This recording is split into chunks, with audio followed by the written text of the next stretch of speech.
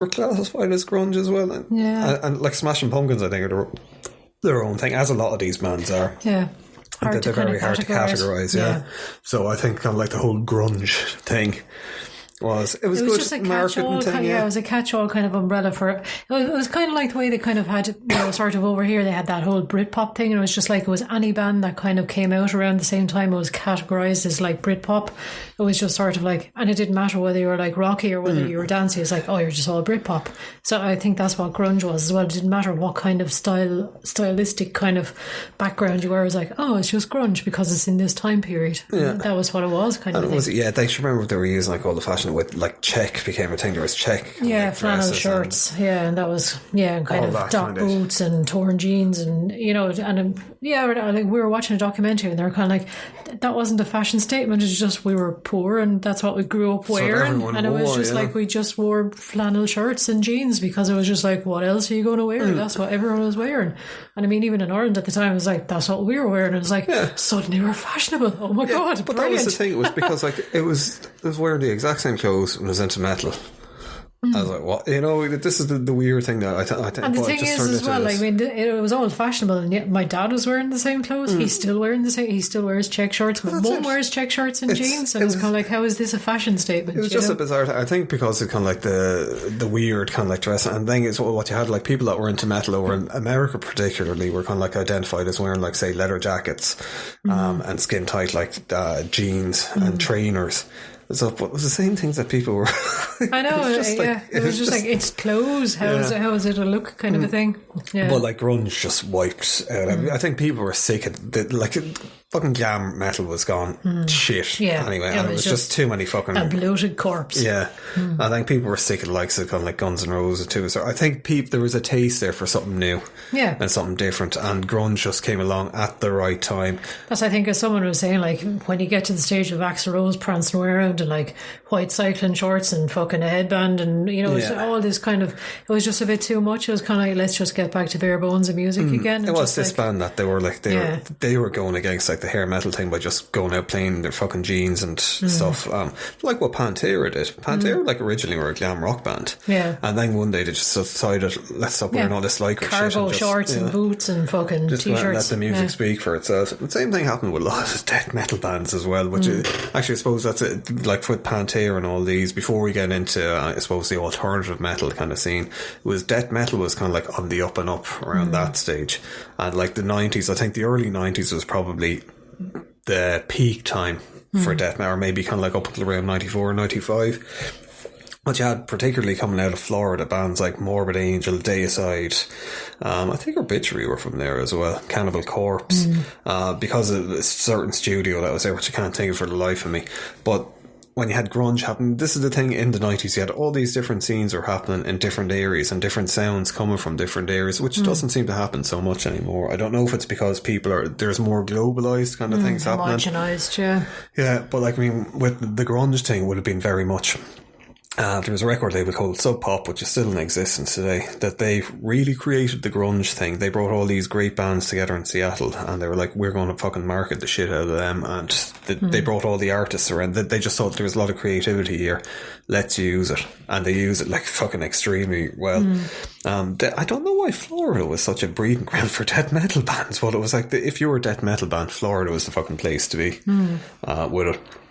And like, I mean, the big hitters would have been like Cannibal Corpse, Morbid Angel. Like, I mean, Deicide would have been my favourite, I think, for years, but just partially because I really like Glenn Benton, because he's fucking nuts. And like, I mean, the thing is, I've seen kind of like interviews with, and they haven't changed. They're still like 16-year-olds, they're in their 50s, and so I there's something just really likeable, I think, about Deicide, even though it's like what they're saying, like self-proclaimed Satanists that go around doing mad shit, but there's just something really nice about them. Their first two albums, first three albums, are fucking amazing, but listening to them now, there's not so many death metal elements to them as there is trash. For me, listening back to it, you never would have really been into it. No, I wouldn't have been sort of into. I loved them. Scene. Fucking, I remember getting my mother when I was like 12 to go in and buy me a vinyl. She was like, "Oh, what do you want?" And I was like, "Oh, get me Deicide Trifixation." She was like, "Oh, okay. Or no, was it Legion? I can't remember. Maybe Troy Fixation was the name. I can't remember. And the shop assistant's going, are you aware of what the lyrical content of this record is? Yeah, it's fine. My son said he wanted it. This is what he wants, It was like Satan spawned the Caco demon. But I suppose then on the other side of the pond, kind of like over in England, you had grindcore, which was after being coming around for a while, but grindcore I think heavily influenced death metal, what death metal became, especially with the blast beats. And for people that don't know what they are, it's basically a really fast. I can't do it. Technical explanation. Yeah, I do it on It's basically like you're running a marathon, except you're playing drums instead. Yeah, right. And that really kind of like, fucking Napalm Death would have been the ones that came up. First incarnation in Napalm Death had Lee Dorian, who was probably my favourite singer of all time. He was a singer, and I don't know how much. Like he would have wrote lyrics and they're all... So your favourite singer of all time, why didn't you vote for him back when we were doing our podcast of like best singer of all time? Because I forgot. Okay. I said he was my favourite, not the best. Okay, alright. But like, he was like great with it. And then he went on Cathedral, which is one of my favourite bands as well. That's been around for a long time. A lot of favourite bands are I do, yeah. Why can't you just don't have to say, I'm only going to pick 3 and then I hate everything else. Yes, anyway. Yeah. Lee Dorian. But like you have that stuff going on over in England with the grindcore stuff, and that's built into the extreme metal, and it shaped death metal and a lot of the stuff to come. But then we'll go, I suppose, because there's so much fucking happened in the 90s. I know, trying to condense it and trying to track it. There's so many little tendrils kind of reaching out the whole time and into all these little subgenres. Yeah. But I suppose we go back to kind of like grunge. When grunge was going on with the alternative thing, the alternative metal scene started growing up out of it. So you had bands like Roland's band, which Henry Rollins, obviously. If you trace it back then, you had Black Flag and all that kind of stuff. Kind of the Wet Heat stuff. There's so much. It's really weird because there's so many different categories for things. Like White Zombie gets thrown into kind of like groove metal, and it's because there's so many different elements that people were experimenting so much. It's very hard to say that this song sounded like that. This song, like you could. There's Rob Zombie songs that you could pick out and say, oh, that's a new metal song. Then there's ones that you can go, that's 70s rock, and that's psychedelic. Yeah. That's story. But it's all very much Rob Zombie or White Zombie. Yeah. So. Yeah, we'll say for lack of a better, we'll put them in with the alternative metal scene because there's no other. But you had Helmet, Tool, Fate No More, Ministry as well, which is another thing. Kind of, we get into industrial metal in a bit. Primus, but you had all these bands that they were just weird, I suppose. Yeah. They were different. People couldn't categorize them, so that's why they just got thrown into the alternative metal kind of things. And they were all, if you listen to any of those bands or name it, they were all so influential.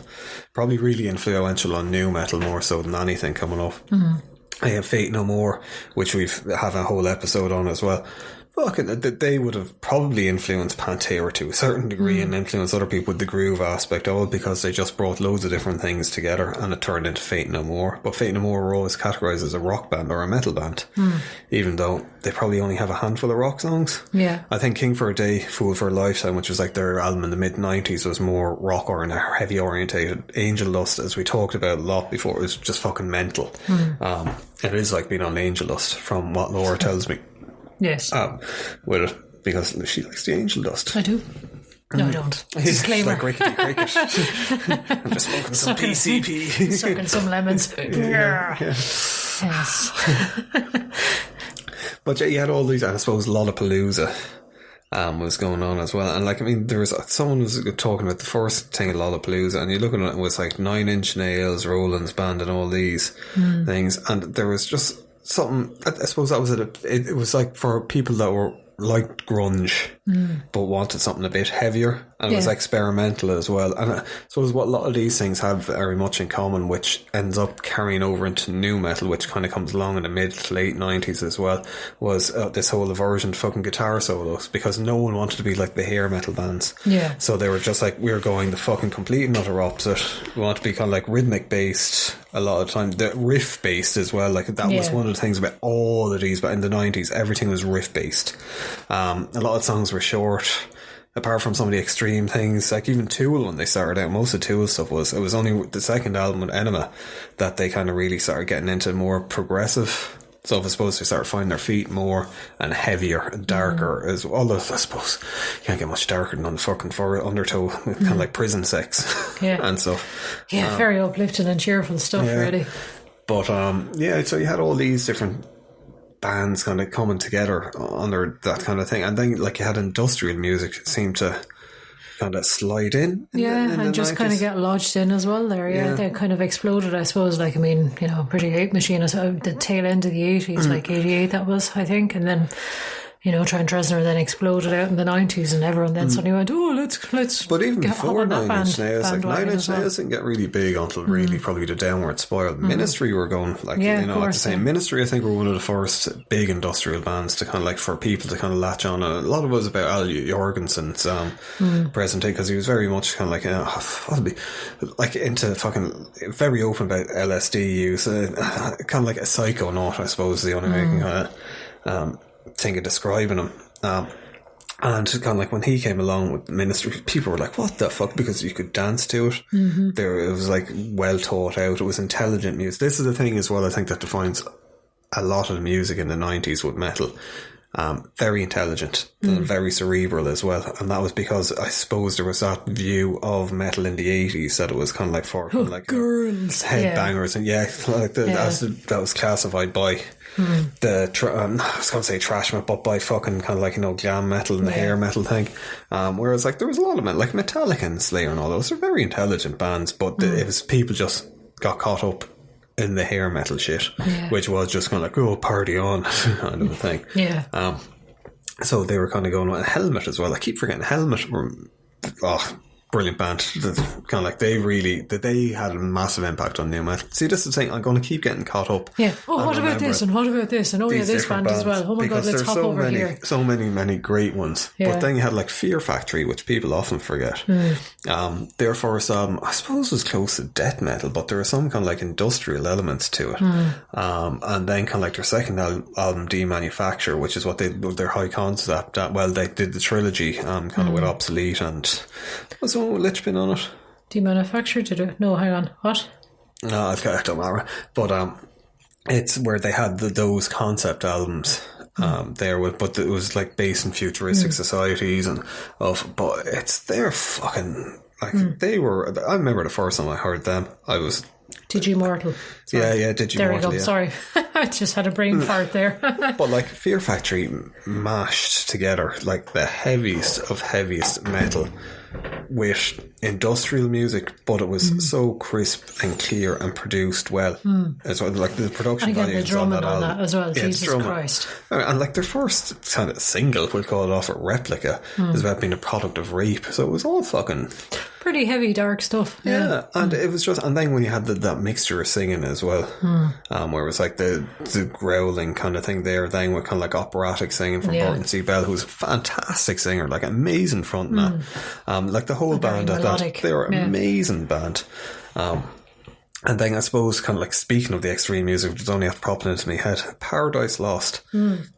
I think they are probably my favourite band. Well, the band that I have consistently listened to. You always come back to them. Swing back to them. They've never, like, I mean, they'll say that they've done bad albums, but for me, they've never actually done a bad album. They might have done albums that aren't as good as other albums. And they've had a consistent sound as well. Yeah, considering that they've, like, fucking jumped around between different genres and done different things with their music. But you know from listening to them, you kind of go, oh, there they are. Fate No More. The guitar sound, fucking just, or Fate No More. Paradise Lost. The guitar sound, and like they started off really, really humble beginnings, and then with like Gothic, their second album just seemed to. I always felt sorry for Paradise Lost because people mightn't realise if you're a fan of it and you were around at the time, they were really big outside of the UK, but in the UK they'd be lucky if they got a fucking gig in a pub in front of 2 or 3 people. It was bizarre. Nobody just seemed to follow them around. The metal press never really get many kind of thing, and they really, really defined what would be, I suppose, extreme kind of gothic music. Even though I don't like lumping them in with that because they're not like My Dying Bride or anything like that. Yeah, but they've changed so many times. Like their first Gothic album, they definitely brought in operatic singing, and then kind of like bands like Cradle of Filth, and then maybe a lot of the black metal bands would have incorporated elements of Paradise Lost, but they don't seem to get that much credit for it. Then they changed with like, well, not changed, but they added more of kind of like pop elements or kind of like electro elements with 1 Second, and then kind of like with the Host and all those albums. But it's still Paradise. I don't think, I think they got a great fan base because